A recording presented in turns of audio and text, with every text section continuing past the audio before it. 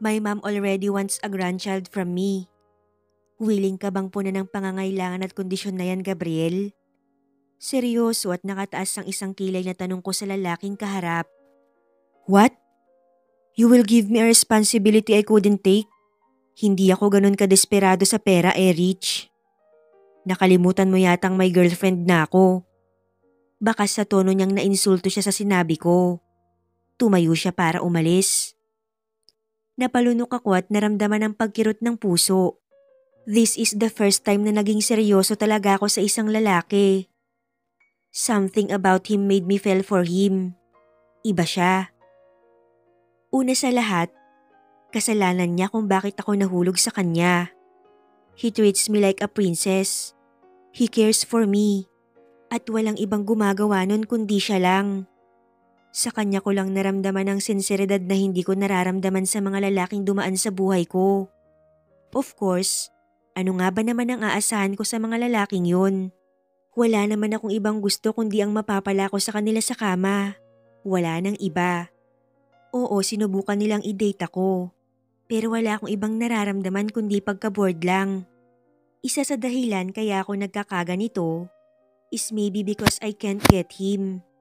Na gusto ko lang subukan kung magtatagal ba tong nararamdaman ko sa kanya o hindi. Dodoblehin ko ang bayad. Hindi. Titriplihin ko ang bayad, pumayag ka lang. Ano naman kung meron kang girlfriend? Di ba kailangan mo ng pera para sa kimo niya? Tumaas ang kabilang gilid ng labi ko nang huminto siya sa paglalakad. Nasapul ko siya. Humarap siya sa akin na nagpupuyos sa galit. Salubong ang kilay niya at muling humarap para salubungin ang tingin ko.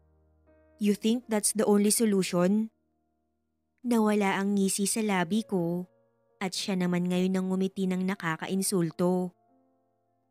Ang taas pa naman ang tingin ko sa'yo. Hindi ko alam na ganito ka kababa. Wika niya at iniwan akong tulala. Lumabas ang butil ng luha sa mga mata ko at agad ko yung pinunasan. Kinuyom ko ang palad na nasa ibabaw ng lamesa. Kung akala niya ay susukuan ko siya, dun siya nagkakamali. Mas lalo lang niya akong binigyan ng dahilan para mas makuha siya. I will do everything to make him mine. Kahit na ang kapalit pa nun ay masira ang relasyon naming dalawa ng girlfriend niya. Inalam ko ang lahat ng hinihiraman nila ng pera at lahat yun, binigyan ko ng malaking halaga, wag lang silang pagbigyan. Gusto kong maisip niyang tumakbo pabalik sa akin dahil ako na lang ang nag-iisa niyang huling baraha. Ilang araw ang lumipas at hindi pa rin siya nagpupunta sa office ko para kausapin ako. Dapat noong nakaraang araw pa lang ay nagmamakaawa na siya sa akin.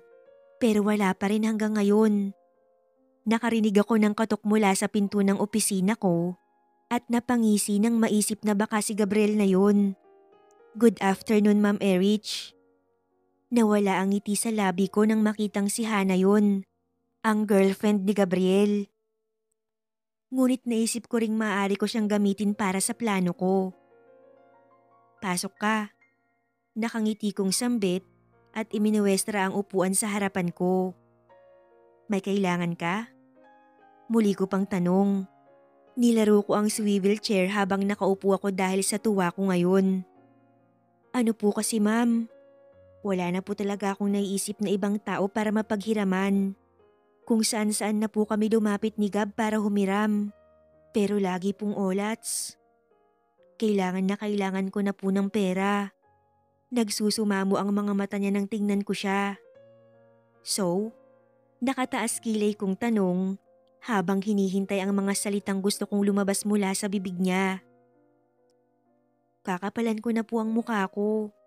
Gusto ko po sanang humiram sa inyo ng 100,000 pesos. Kinagat niya ang pang-ibabang labi at yumuko dahil sa hiya. Hana, I know it's not enough.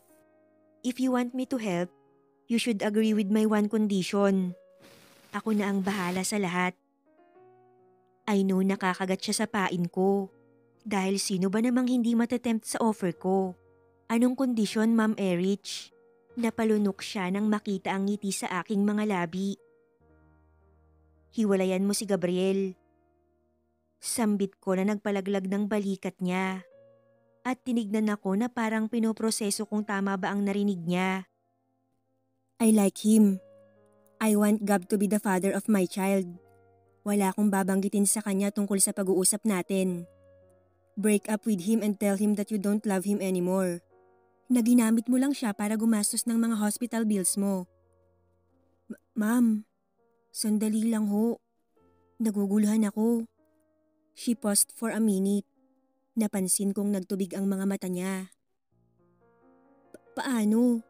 I mean, why Gab? Ang daming lalaking nagkakandara pa sa'yo at ka-level mo ng estado sa buhay. Bakit siya pa? Nahimigan ko ang galit sa tono ng pananalita niya. Dahil iba siya. Kalmado kong sagot. Napaawang ang labi niya sa gulat. Nakikita ko ang pagtitimpi niyang wag akong pagsalitaan ng masakit na salita. I'll give you a day to decide. Pinal na sambit ko at pinalabas na siya ng office ko. Anong sabi mo? Tanong ko kay Hana nang sambitin niyang gusto niya nang makipaghiwalay sa akin. Sabi ko ayoko na Gab. Maghiwalay na tayo. Malamig na sambit niya. Kilala ko si Hana at alam kong may dahilan kung bakit niya nasasabi ang mga bagay na to. Alam kong sinasabi mo lang yan dahil nahihirapan ka sa sitwasyon mo ngayon. Wika ko at nilapitan siya. Hinawakan ko ang kamay niya at idinampi sa pisngi ko. Binawi niya yon at inilis ang tingin sa akin. Hindi dahil sa sitwasyon natin. Nahihirapan siyang ituloy ang sasabihin niya. Gab, hindi na kita mahal. Tinignan niya ako ng diretso sa mga mata ko. Saglit kong pinroseso ang mga sinabi niya bago ako nakakuha ng lakas ng loob para magsalita. Bakit ang bilis naman yata? Sabihin mo sa akin, nagbibiro ka lang di ba?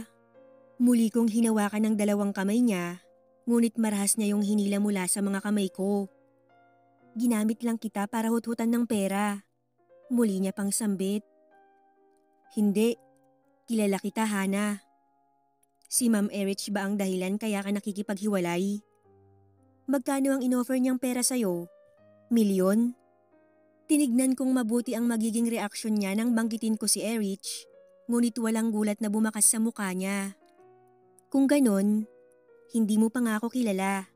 Nakikipaghiwalay ako kasi sawang-sawa na ako sa relasyong to. Bulyaw ni Hana na siyang ikinatahimik ko. Yan ba talaga ang nararamdaman mo? Mahinahon kong sambit, tinatanggap na ang desisyon niya. Tangulang ang tanging naisagot niya dahil sunod-sunod nang pumatak ang luha sa mga mata niya. Pinigilan ko ang sariling hawakan at yakapin siya dahil alam kong itutulak niya lang ako. Umalis ka na. Humihikbing sambit niya at halos mapaupo na sa pag-iyak. Tumango ako at bumuntong hininga. Wala na akong sinabi pa at tahimik na umalis sa bahay nila. Habang hinihintay si Hana sa opisina ko, ay nag-isip na ako ng plano kung paano makukuha ang loob ni Gabriel. Kailangan ko ba siyang i-comfort at tulungang maghilom? Nang sa ganun ay sa akin matuon ang atensyon niya at matutunan niya rin akong mahalin. You're here. Have you made up your mind? Nakangiti kong tanong. Napansin ko ang pangingitim ng ilalim ng mga mata niya. Halatang wala siyang maayos na tulog. Ayoko na ring maabala si Gab. Kapag napunta siya sa'yo, mapapanatag ako dahil mabibigyan mo siya ng maayos na buhay. Halatang mabigat sa loob na sambit niya. Kung sa bagay, sino nga ba namang girlfriend ang papayag lang na basta ibigay ang boyfriend niya sa iba? Wise decision. Nginitian ko siya. Anyway, inayos ko na ang lahat. Ang kailangan mo na lang ay pumunta sa hospital na to at banggitin ang pangalan mo. Binigay ko sa kanya ang address ng hospital. And last favor, huwag mo na ulit lalapitan o kakausapin si Gab. Nagkakaintindihan ba tayo? Nakataas kilay kong sabi. Ilang saglit pa bago ko nakuha ang sagot niya. Nakakalabas ka na. Utos ko at sumandal sa likod ng swivel chair. Kapag mapera ka, mapapaikot mo ang lahat ng tao sa palad mo. Nagring ang phone ko sa ibabaw ng lamesa at nakita agad na si Gabriel ang tumatawag. Abot ang ngiti sa labi ko nang sagutin yun. Yes? Saglit siyang hindi nagsalita, kaya napakunot ang noo ko. Mag-usap tayo. Nahigit ko ang hininga dahil sa malumanay na boses niya sa kabilang linya. Narealize niya na rin bang wala siyang mapapala kay Hana kaya niya ako tinawagan ngayon? Nagdesisyon kaming magkita sa isang coffee shop kung saan medyo malayo sa kumpanya ko. Anong kailangan mo? Tanong ko habang nakatitig sa mga labi niya. Ang mga labi na minsan ko nang nahalikan at halos mabaliw ako sa simpleng pagdampi lang. Bumuntong hininga siya at sumagot. Pumapayag na ako sa gusto mong mangyari. Lumawak ang ngiti sa labi ko. Anong nakapagpaiba ng isip mo? Tanong ko kahit na alam ko naman na ang sagot. Hindi na yun mahalaga. Pero may isa akong hihilingin bago ako pumayag. Seryoso niyang sambit. Of course you can ask anything. Nakangiti kong wika. Hindi naman lingid sa kaalaman mo ang kalagayan ni Hana. Gusto kong ikaw ang gumastos ng lahat ng kakailanganin niya hanggang sa gumaling siya. Napailing ako at natawa. Kung alam niya lang. Yun lang ba? Nakataas kilay kong tanong. And just like that, pumayag na siya sa arrangement namin. Hindi mo ako pwedeng iwan hanggat hindi pa ako tapos sa'yo. Ako ang mangiiwan at hindi ikaw. Ako ang bibitaw at hindi ikaw. Aware ka naman sa consequences kapag ginawa mo yon, hindi ba? Tanong ko kay Gab. Oo. Malamig na wika nito. Kapag bumali siya sa usapan, babayaran niya ang lahat ng ginastos ko para kay Hana. At hindi lang yun, dahil may karagdagan pang bayad dahil sa hindi pagtupad ng usapan. Sumama ka na sa akin mamaya. Ipapakilala na kita kay mama. Titira ka na rin kasama ko magmula mamaya. Wala siyang ibang sagot kundi ang tango. Halatang labag pa rin sa loob niya ang desisyong ginawa. After I waited for 3 hours, nagkita na ulit kami sa harapan ng tinitirhan niyang apartment. May mga maleta na siyang dala at inilagay niya yun sa likod ng kotse. Pagkatapos nun ay magkasabay na kaming sumakay. Tahimik lang ang buong biyahe at halos ako lang ang nagsasalita. Natutuyo na ang lalamunan ko, pero patuloy pa rin ako kahit na alam kong naririndi na siya. Gusto ko kasing mas makilala niya pa ako. Nang sa ganon ay baka sakaling mag-iba ang tingin niya sa akin. Gusto kong mahulog ang loob niya kahit pinipilit ko lang ang sarili sa kanya. Pagdating namin ay sinalubong kami ni Mama sa main door ng bahay. Malawak ang ngiti niya habang nakatingin sa amin. Siya ba ang tinutukoy mo, Erich?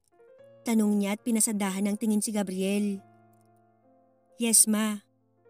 Nakangiti ko namang sagot at hinawakan ng kamay ni Gab. Sa wakas, mabibigyan mo na rin ako ng apo. Ipagpaliban na muna natin ang kasal. Saka na yon kapag naipanganak mo na ang tagapagmana ko. Naramdaman ko ang paghigpit ng hawak ni Gab sa kamay ko kaya tinignan ko siya. Mag-usap tayo mamaya. Walang mababakas na ekspresyon sa mukha niya nang ibulong niya sa akin yon. Pakidala mo ito sa kwarto namin at ayusin mo na rin. Utos ko sa katulong at ibinigay ang gamit ni Gab. May pagtutol pa siya ngunit wala rin siyang nagawa. Pagkatapos ay pinaupo ko muna siya sa salas dahil tinulungan ko si Mama na maghanda ng dinner namin. Hindi na mahalaga sa akin kung mahirap man siya o kung mahal mo man. He looks like a decent man. Pero wala akong pake basta mabigyan niyo ko ng apo. Nasa'yo na ang desisyon kung itatapon mo na lang siya pagkatapos gamitin. I don't care. Walang ibang bukang bibig si Mama kundi apo. Dahil gusto niyang ipasa ang mga kayamanan niya sa magiging apo niya. Tradisyon na namin yon. Imbis ang nag-iisang anak ang magmamana ng kayamanan ng magulang, ay ang magiging apo nito. I'm expecting a grandchild after 9 months. Para makita ko man lang ang magiging apo ko bago ako mamaalam. Biro ni Mama bago siya bahagyang tumawa. Narinig ko ang bahagyang pag-ubo ni Gabriel kaya pasimple ko siyang tinapunan ng tingin. Nang matapos ang dinner ay nagpaalam na si Mama para umuwi. Nang kami na lang dalawa ang naiwan ay sinimulan niya na akong kausapin. Mukha ba akong biro lang sa inyo? Ramdam ko ang inis sa boses niya. Ano bang sinasabi mo? Gusto kita at gusto kong magkaroon ng anak sa'yo. Hindi lang kita pinulot lang at itatapon basta. Hindi lang dahil kagustuhan to ni Mama. Matalim ko siyang tinignan dahil palagi na lang niyang nakikita ang mali sa bawat sitwasyon. Pagbigyan mo ang sarili mong mas makilala pa ako. Papatunayan ko sa'yo na higit pa ang kaya kong ibigay kesa kay Hana. Desperado ko pang dagdag. Mabilis ko siyang nilapitan para halikan. Noong una ay nakapirmi lang siya at halatang ayaw akong patulan. Ngunit nang mahuli ko ang kahinaan niya, ay siya na rin ang kusang pumuno ng pangangailangan ng katawan namin. Napuno ang kwarto ng malalakas na halinghingan. At para bang first time ko lang ang kinin ng isang lalaki.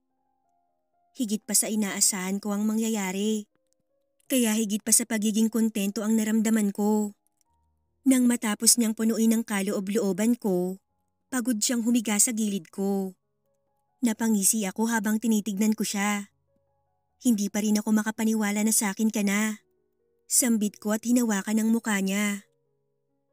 Katawan ko lang ang sayo pero hindi ang puso ko. Malamig na sagot niya saka ako tinalikuran. Mapait akong ngumiti at bumuntong hininga. Alam ko, pero hindi pa rin kita susukuan. Seryoso kong wika. Hindi na ako nakarinig pa ng sagot mula sa kanya, kaya nakatulog akong mabigat ang loob. Nagising akong wala na si Gab sa tabi ko. Inasahan ko namang pinagluluto niya ako ng almusal ngunit wala. Ganon ang naging routine namin. Sa tuwing gabi at kailangan ko ang katawan niya, ay iniiwanan niya ako mag-isa sa umaga. Nakakatawa lang dahil yun ang gawain ko dati sa mga naging lalaki ko. Ngunit tignan mo nga naman ngayon at bumalik sa akin ang karma. Sa nagdaang 2 buwan ay hindi ako nagkulang kay Gabriel. Pinapakita ko ang tunay na ako, kung gaano talaga katotoo ang nararamdaman ko sa kanya. Kung paano ko siya pagsilbihan. Lahat. Ginagawa ko ang lahat dahil mahal ko siya. Wala ni isa man doon ang pinagsisisihan kong gawin. At wala akong ibang hinihiling kundi ang mahalin niya pabalik. Alam kong sinusubukan niya, pero alam ko rin na pinipigilan siya ng puso niya. Dahil alam kong si Hana pa rin ang mahal niya. Tinago kong buntis ako dahil ayokong mapilitan siyang mahalin ako dahil lang sa anak namin. Narealize ko ang pagkakamali ko sa nagdaang buwan. Ayokong maging makasarili kasi hindi naman ako ang masasaktan kundi ang anak namin. Lalo na kung mapipilitan lang siyang mahalin kami ng anak niya. Ganito yata talaga ang nagagawa ng pagmamahal. Masarap sa pakiramdam, ngunit may sakit na dulot. Aalis ka? Tanong ko nang makitang nakagayak siya. May importanteng tao lang akong kakausapin. Sagot niya habang inaayos ang necktie niya. Ganun ba? Mahinahon kong sang-ayon. Saktong pagpasok niya sa banyo ay tumunog ang phone niya. Tinignan ko yon at nabasa ang text ni Hana. Sige, magkita tayo dahil may importante rin akong sasabihin sa'yo. Mabilis kong binitawan ng phone niya at umalis sa kwarto para magpunta sa kabilang banyo. Doon ko pinakawalan ng luhang kanina pa gustong kumawala. Tinakpan ko ng 2 kamay ang bibig ko para pigilan ang hikbi na para bang maririnig niya. Erich, nandyan ka ba? Narinig kong kinatok niya ang pinto. Ngunit hindi pa rin ako nakakabawi kaya hindi ko nasagot ang tanong niya. Ayos ka lang ba? Babalik din ako agad. Napakakalmado ng pananalita niya. Na may halong pagmamalasakit, ngunit alam kong peke lang. Nang marinig ko ang kotse niyang paalis ay saka lang ako lumabas. Agad akong nagbihes at sinundan si Gabriel. Tinakpan ko ang muka ko ng balabal at umupo medyo malapit sa pwesto nila para pakinggan ang usapan nila kahit na alam kong ikakasakit ko. Medyo nahuli ako ng dating at hindi ko na naabutan ang una nilang napag-usapan. Kumusta ka na? Mababa ka sa boses ni Gab ang pag-aalala sa babae. Bumubuti na rin ang lagay ko. Salamat kay Ma'am Erich. Pag-amin ni Hana. Ang totoo rin yan, kaya ako nakipaghiwalay sa'yo dahil sa kasunduan namin. Siya ang gagastos ng lahat. At ang gagawin ko lang ay makipaghiwalay sa'yo. That time wala na akong ibang choice. Masyado na kitang inaabala at naisip kong mas magiging maayos ang buhay mo sa kanya. Mahabang paliwanag ni Hana. Ano? Nahimigan ko ang galit sa boses ni Gab. Kaya ako pumayag na makipagkita para personal na humingi ng tawad. Alam kong mahal mo na siya. Kitang-kita sa kislap ng mga mata mo nang banggitin mo ang pangalan niya kanina. Napangiti ako sa binanggit ni Hana, ngunit agad ding nawala nang magsalita si Gab. Pinaikot niya lang pala tayo sa palad niya. Sa pag-aakalang matutulungan kita, pumayag ako sa gusto niya kaya nakatali ako ngayon sa kanya. Dismayadong wika ni Gabriel. Nagalit din ako noong una sa kanya. Pero narealize ko rin na ganun nga pala kapag nagmamahal. Humingi na siya ng tawad sa akin noong nakaraang buwan. Kaya naisip ko rin na tuluyan ka ng ipaubaya sa kanya. Wika ni Hana. Bakit wala kang sinabi? Halos pasigaw na sambit ni Gab. Siguro umaasa pa siya na magkakabalikan sila matapos ang pag-uusap na to. Kaya naman nagpa siya na akong umalis doon at hinintay na lang siyang makarating sa bahay.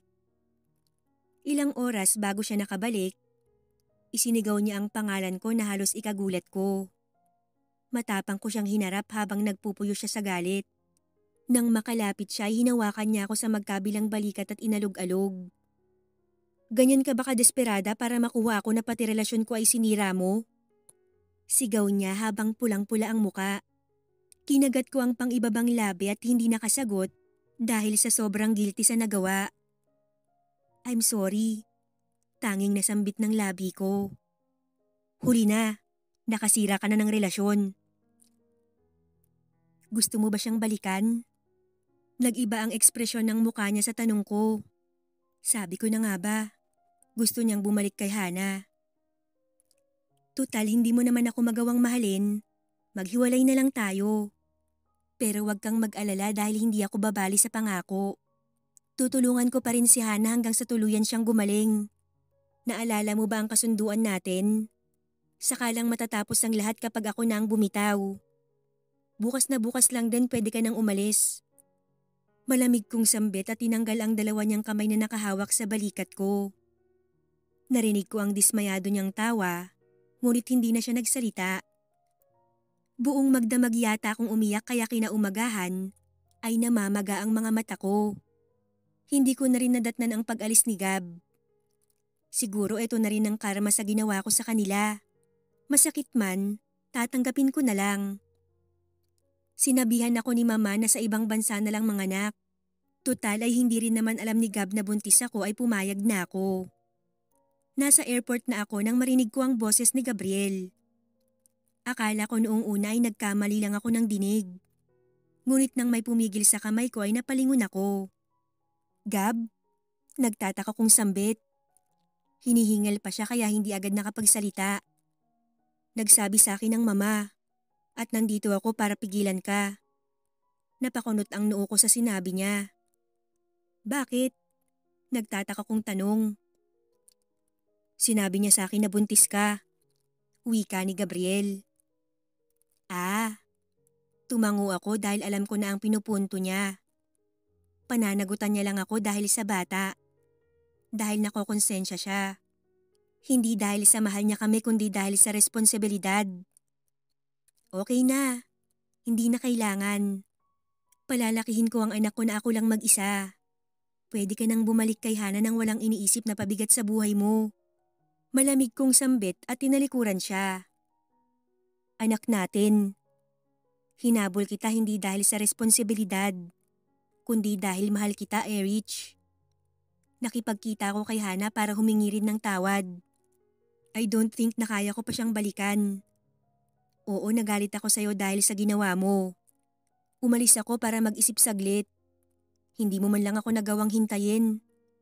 I'm sorry kung pinaghintay kita. Napaiyak ako at halos walang hinto na bumuhos ang luha ko. Gusto kong magsimula ulit tayo, kasama ng magiging anak natin. Wika ni Gabriel.